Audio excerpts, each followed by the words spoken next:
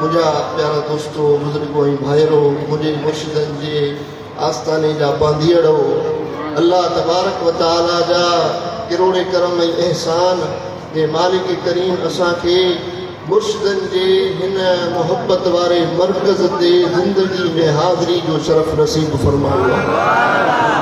मुर्शिदन जे इंशाअल्लाह ज़ियारत सा खिताब सा मलफूज़ात सा मुशर्रफ थींदासी पंजा कटल कल्ब उजागर करे पो वापस मोटंदासी।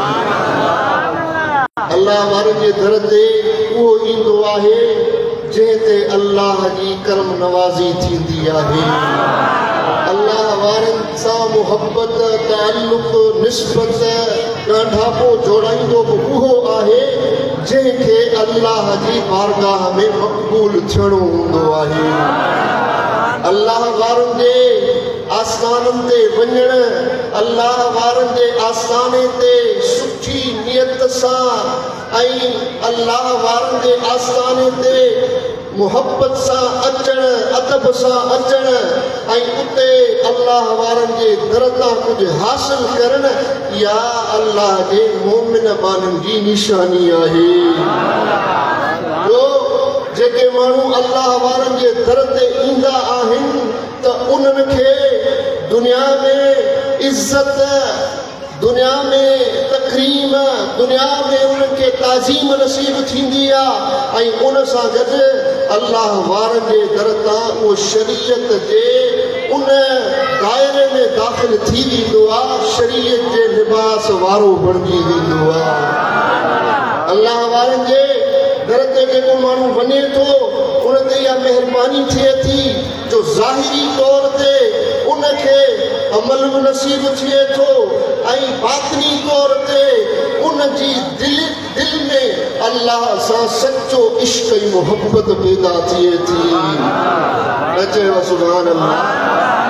अल्लाह वारनि जे दरवाज़े ते जेको माण्हू अचे थो उन ते वॾियूं महिरबानियूं वॾियूं करम नवाज़ियूं थियनि थियूं जो मुंहिंजे महबूब मुस्तफ़ा फरमायो त सहाबा किराम अर्ज़ कयो त या रसूल अल्लाह अयो जुलसाइना खैरुन महबूब कहिड़ा असांजा मजलिसी हमनशीन कंहिंजी मजलिस ऐं महफ़िल भली आहे जेका दुनिया में असां वरी इख़्तियार कयूं त महबूब मुस्तफ़ा फरमायो त सहाबियो मां मुहम्मद करीम तव्हांखे ॿुधायां थो त जेकॾहिं तव्हां इहा महफ़िल ॾिसण ई चाहियो था त उन में हे टे निशानियूं अलामतूं हूंदियूं त पक सम्झो इहा अल्लाह वारनि जी महफ़िल आहे। दुनिया में भले मां भली महफ़िल ॾिसणी अथव उन में हे टे निशानियूं ऐं अलामतूं ॾिसो त पक सम्झो त इहा अल्लाह वारे जी महफ़िल आहे। हुन फरमायो त जेको तव्हां उनजे मजलिस में वेहो उनजे चेहरे खे ॾिसो त अल्लाह यादि अची वञे।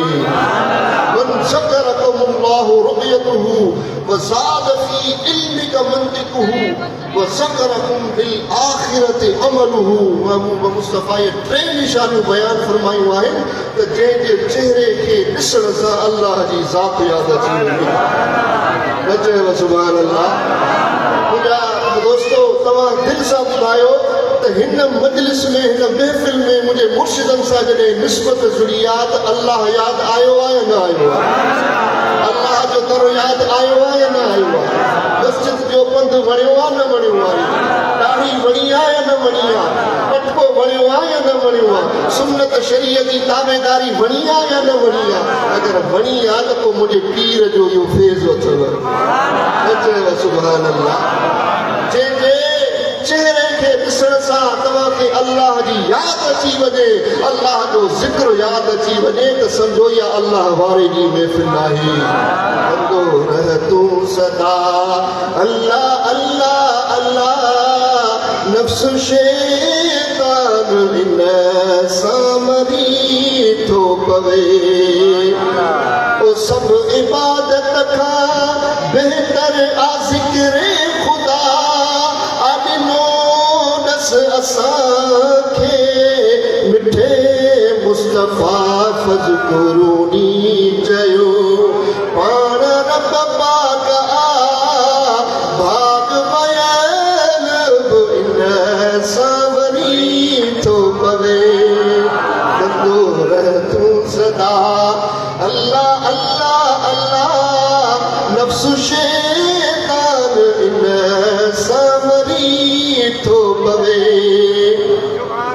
ॿी निशानी इहा आहे जो उनजे चेहरे खे ॾिसो त अल्लाह जी ज़ात यादि अची वञे। ॿी निशानी इहा आहे जो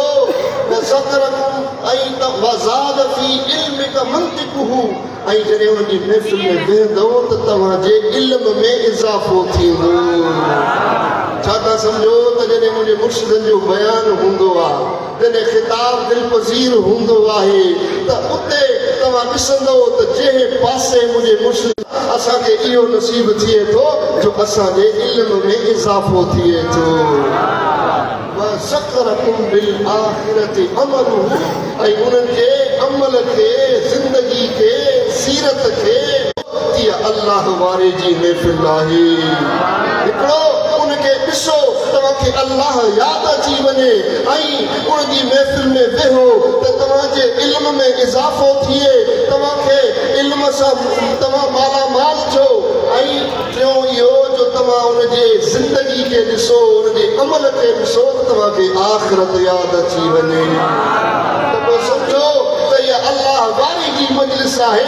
इन मजलिस में वेहंदा कयो ॼण के तव्हां अल्लाह जे दर ते पहुची वेंदो। त अल्लाह वारनि जे दर ते अचण जो इहे फ़वाइद आहिनि, इहे असरात ऐं समरात आहिनि जो माण्हू गुनाहनि खां बची वञे थो, माण्हू फितननि ऐं फसादनि खां बची वञे थो, माण्हू दुनिया जे ग़मनि परेशानियुनि खां बची वञे थो, माण्हू पंहिंजी ज़िंदगी ख़ुशहाली वारी ज़िंदगी गुज़ारे थो। अल्लाह ताला कुरान मजीद फुरकान हमीद में इरशाद फरमायो त या अय्युहल्लज़ीना आमनू बिल्लाहि व रसूलिही, ए ईमान वारो अल्लाह ऐं उनजे रसूल ते ईमान आणियो ऐं उन किताब ते ईमान आणियो जेको किताब अल्लाह पंहिंजे रसूल ते नाज़िल कयो आहे, उन ते तव्हां ईमान आणियो। त इहो ईमान वारनि खे अल्लाह ख़िताब फरमायो आहे, या अय्युहल्लज़ीना आमनू, ए ईमान वारो। अल्लाह ईअं न फरमायो त या अय्युहल मुनाफ़िकून, रब ईअं न फरमायो या अय्युहल काफ़िरून, बल्कि रब फरमायो या अय्युहल मुमिनून, ए ईमान वारो। चओ सुभान अल्लाह। अल्हम्दुलिल्लाह, मुर्शिद जी आमद थिए पई, ज़िक्र कयो अल्लाह अल्लाह अल्लाह अल्लाह अल्लाह अल्लाह सुभान अल्लाह। अल्लाह अल्लाह अल्लाह अल्लाह अल्लाह अल्लाह अल्लाह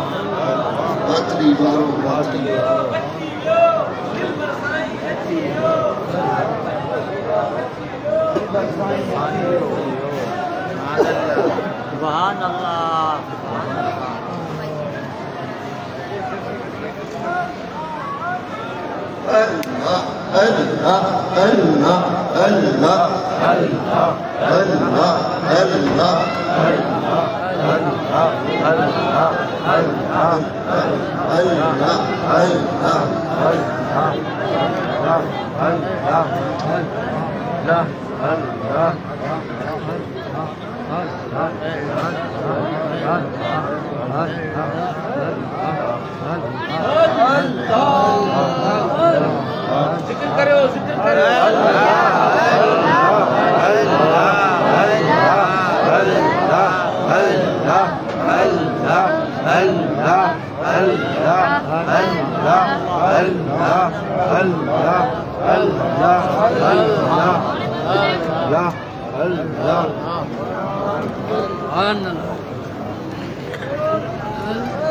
अल्हम्दुलिल्लाह, मुर्शिदनि जी आमद थी वई आहे। संगत जे दीदार सां असां तमामु मुशर्रफ थी रहिया आहियूं।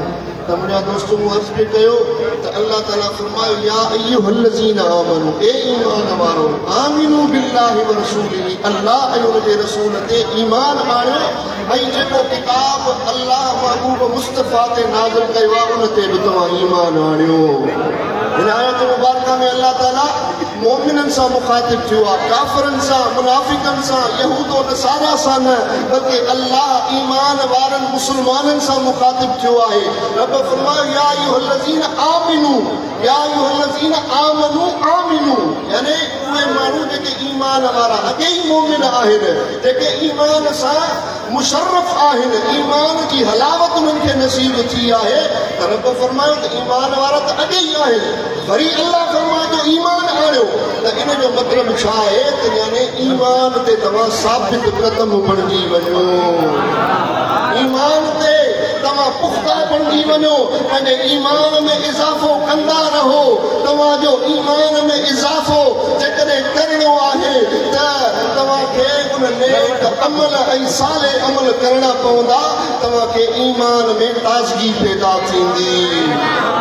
ऐं महबूब मुस्तफ़ा सोने हबीब अरबी मुजीब फरमायो त इन्नल ईमान लयख़्लुक़ु फी जौफ़ि अहदिकुम कमा यख़्लुक़ु सौब। महबूबन फरमायो त ईमान ईअं तव्हांजी दिलनि में बोसीदा ऐं पुराणो थी वेंदो आहे जीअं को कपिड़ो पुराणो थी वेंदो आहे, कपिड़ो बोसीदा बणिजी वेंदो आहे। जो कपिड़ो अगरि नओं आहे त माण्हू बार बार उनखे इस्तेमालु करे थो त उन ते उहे निशानियूं उहे ख़राबियूं पैदा थी वञनि थियूं, उहो पुराणो ऐं पोसीदा बणिजी वञे थो। त महबूबन फरमायो तीअं ईमान बि तव्हांजो पुराणो थी वेंदो आहे, पोसीदा बणिजी वेंदो आहे। त फस्अलुल्लाह अन युजद्दिदल ईमान फी क़ुलूबिकुम। पोइ महबूबन फरमायो त अल्लाह खां तव्हां इहो सुवाल कंदा कयो त तव्हांजे दिलनि में ईमान खे ताज़ो करे, तव्हांजे ईमान जी तजदीद करे, तव्हांजे ईमान खे रिन्यू करे, तव्हांजे ईमान खे अञा वधीक ताज़ो करे छॾे। तव्हां अल्लाह खां इहा दुआ घुरंदा कयो। उलमाए किराम जी वज़ाहत में फरमायो त तव्हां नेक साले अमल कयो, दुआऊं घुरो, इस्तिग़फ़ार कयो, ज़िक्र अज़कार कयो, वलुज़ूम मजालिस ज़िक्र वल इल्म। ऐं तव्हां इल्म में ईमान में इज़ाफ़ो चाहियो था, ईमान जी तजदीद चाहियो था, ईमान खे रिन्यू करणु चाहियो था, त पोइ ज़िक्र वारी महफ़िल, इल्म वारी महफ़िल खे लाज़िम बणाईंदा कयो। रास्ती इन ते अमल कंदा कयो जेके इल्म वारी महफ़िल ऐं मजलिस आहे, उन में तव्हां वेंदव त तव्हांजे ईमान में ताज़गी पैदा थींदी। चयो सुभान अल्लाह। अहिड़ी ॿी रिवायत में चए थो, हज़रत सैयदना अबू हुरैरा खां रिवायत आहे, महबूब मुस्तफ़ा फरमायो जद्दिदू ईमानकुम, तव्हां पंहिंजे ईमान जी तजदीद कंदा रहो, रिन्यू कंदा रहो।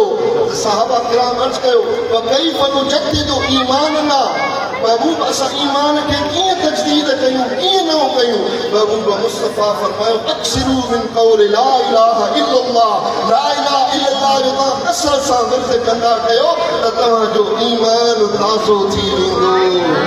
पढ़ो ला इलाहा इल्लल्लाह, ला इलाहा इल्लल्लाह,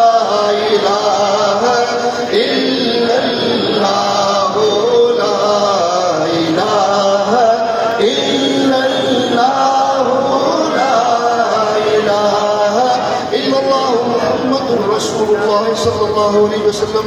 त मुझे महबूब करीम सल्लल्लाहु अलैहि वसल्लम फरमायो त तव्हां ईमान जी जेकॾहिं ताज़गी चाहियो था त तव्हां कसरत सां साले अमल कयो, ज़िक्र वारी महफ़िल इख्तियार कयो, ऐं तव्हां ला इलाहा इल्लल्लाह जी कसरत सां विर्द कयो, तव्हांजो ईमान ताज़ो थी वेंदो।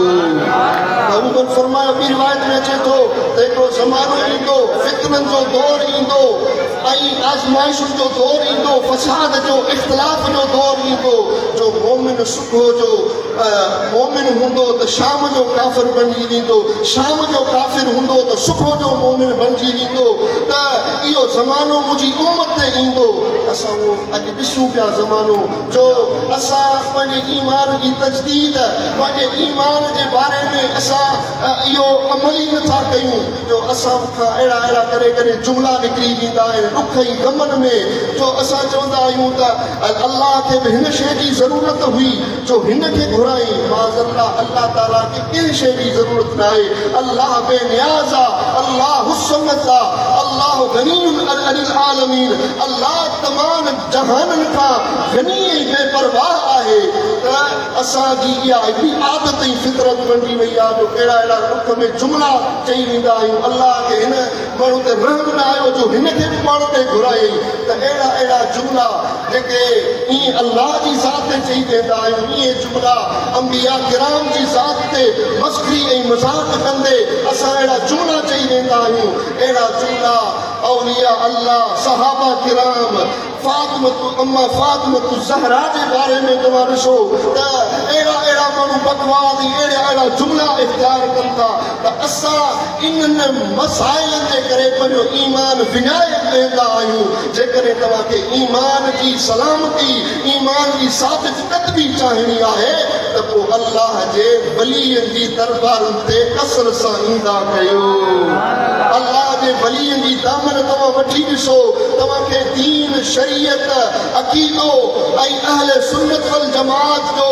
उहो प्रचार तव्हांखे मिलंदी अल्लाह वारनि जे दरवाज़े तां मिलंदी रब शाह अमल करण जी तौफ़ीक़ नसीब फरमाए वमा अलैहि इल्लल बलागुल मुबीन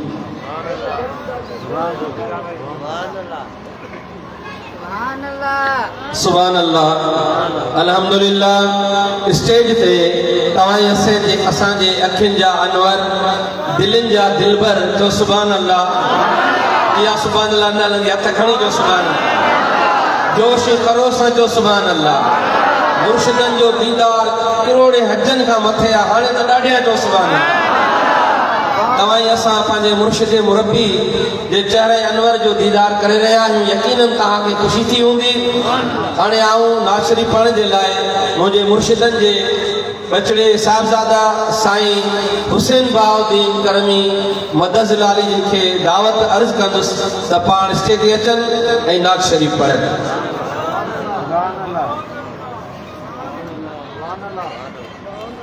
जी पढ़ो सल्लल्लाहु अलैहि या रसूल अल्लाह वसल्लम अलैका या हबीब अल्लाह है गुलाबन जी खुशबू बिरिया जे पगर में आए नूर उन जे अखर अखर में गुलाबन जी खुशबू बिरिया जे पगर में आए नूर उन जे अखर अखर में है जिस्म जे मथा मख कदे कोन वेठी जिस्म जे मथा मख कदे कोन वेठी पयो कोन पाछो पिरीअ जो पधर में आए नूर उन जे अखर अखर में गुलाबन जी खुशबू पिरीअ जे पधर में आए नूर उन जे अखर अखर में मरीज़न लाइ मरहम लुआबे दहन थी मरीज़न लाइ मरहम लुआबे दहन थी विदाऊं मिठाई थी खारे कुहर में आहे नूर उन जे अखर अखर में है पुनल जे निहारे दिलियूं लख उजारे पुनल जे निहारे दिलियूं लख उजारे केॾो असर निर्मल संदिया नज़र में आए नूर उन जे अखर अखर में गुलाबन जी खुशबू पिरीअ जे पघर में आए नूर उन जे अखर अखर में मुर्शिद दिलबर साई अखर काथा आणी दे सोना दिलबर साई अकर काथ आणींदे पढ़ी नात जन सां नज़म ऐं नसर में आहे नूर उन जे अखर ऐं अखर में गुलाबन जी खुशबू पिरीअ जे पधर में आहे नूर उन जे अखर ऐं अखर में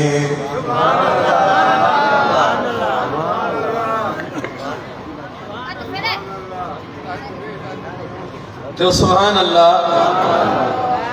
हाणे आऊं दावत खिताब अर्ज़ कंदुसि मुझे मुर्शिदन करीमन जे साहिबजादे तहरीक अंसार मुस्लिमीन जे मरकज़ी सदर उस्तादुल उलमा हज़रत क़िबला साहिबजादा अबू हाशिम मोहम्मद अल मारूफ मिठल साईं करमी दामत बरकातुहुल आलिया जिन खे पाण स्टेज ते अचनि ऐं पंहिंजो खिताब करणु फरमाइनि।